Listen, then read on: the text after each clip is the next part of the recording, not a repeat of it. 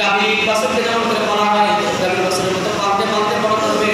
বড় করার পর ওই গাভীর বাছুরটাকে বড় করে রাখলো, রাখার পর তোমার সবগুলো কি করেছে রেখে দিয়েছে।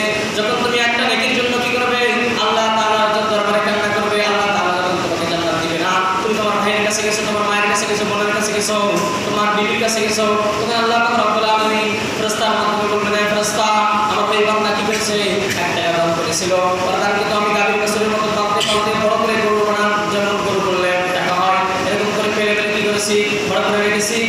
ওই সমস্ত সবগুলো তাকে দিয়ে দাও, দিয়ে তাদেরকে জান্নাতের মধ্যে দিয়ে দাও। সুবহানাল্লাহ।